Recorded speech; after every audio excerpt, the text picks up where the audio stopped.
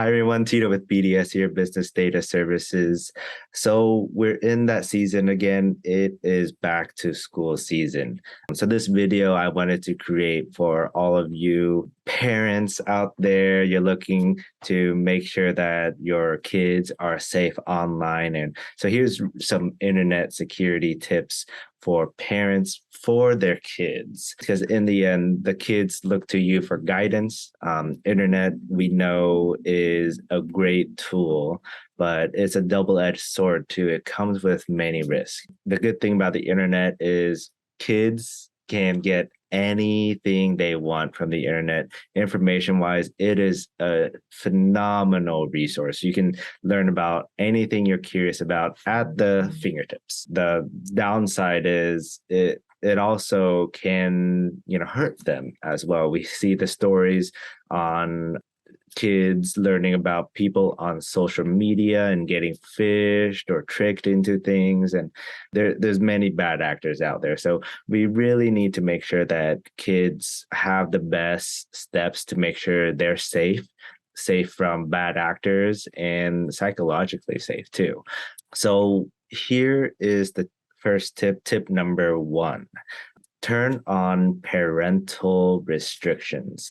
Every device has this, or almost every device has this.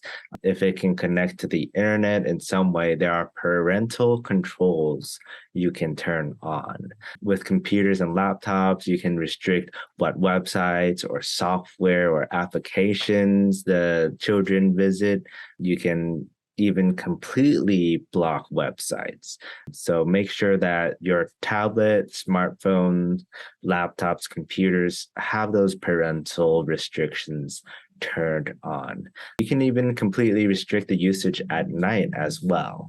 Now, usually there's a passcode related to this. Make sure it's a passcode you don't use for anything else inside the house or any other software or application. So if you use a specific passcode or password for Netflix, make sure it's not that same one for your parental restrictions, because most likely a kid, they're very smart. They'll watch you putting in the passcode. They'll see that passcode and then they'll memorize it and use it.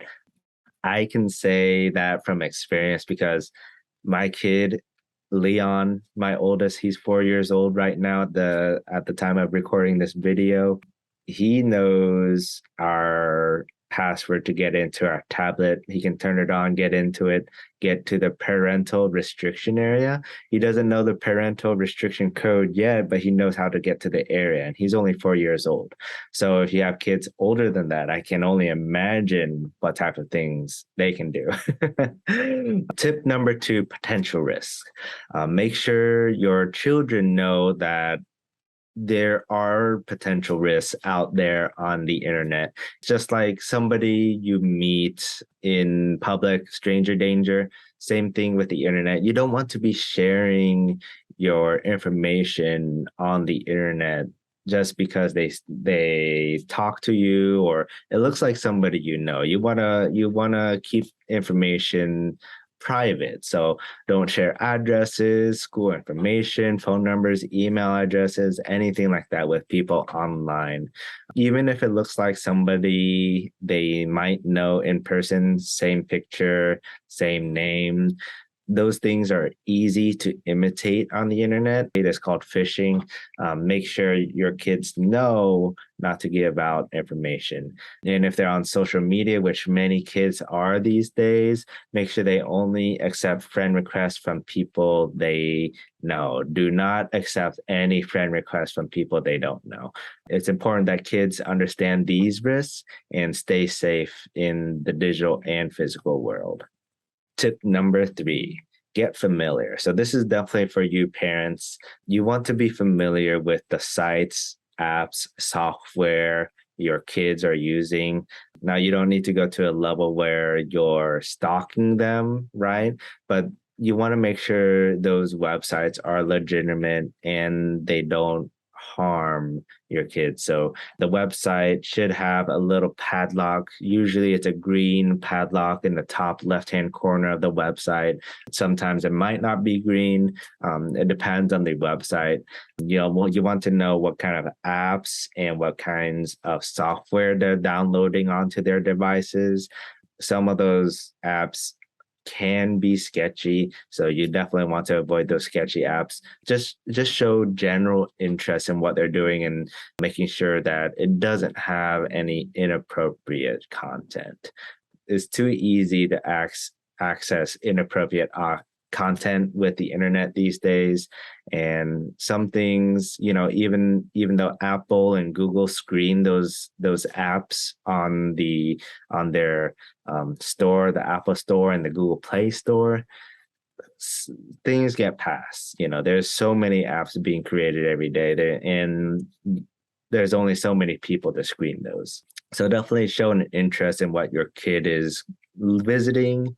Most of the time it's going to be, YouTube, Instagram, the thing kids likes these days. I think TikTok is one of those things.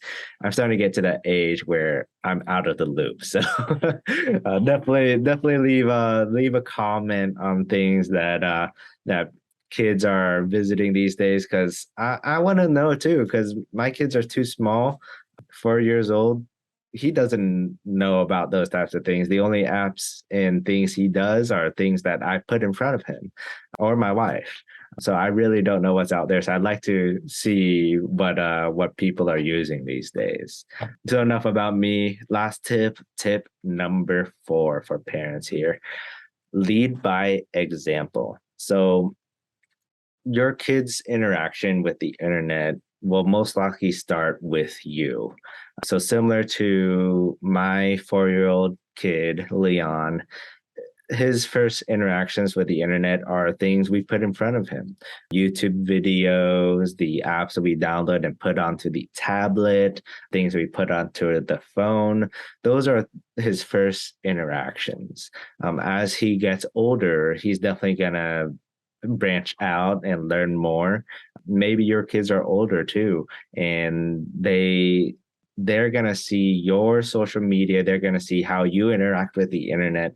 You really want to show them the best approach to interacting with the internet. If you're out posting a lot of personal information online or on your social media posts, they're most likely going to follow step, because you're who they see most of the time. So lead by example.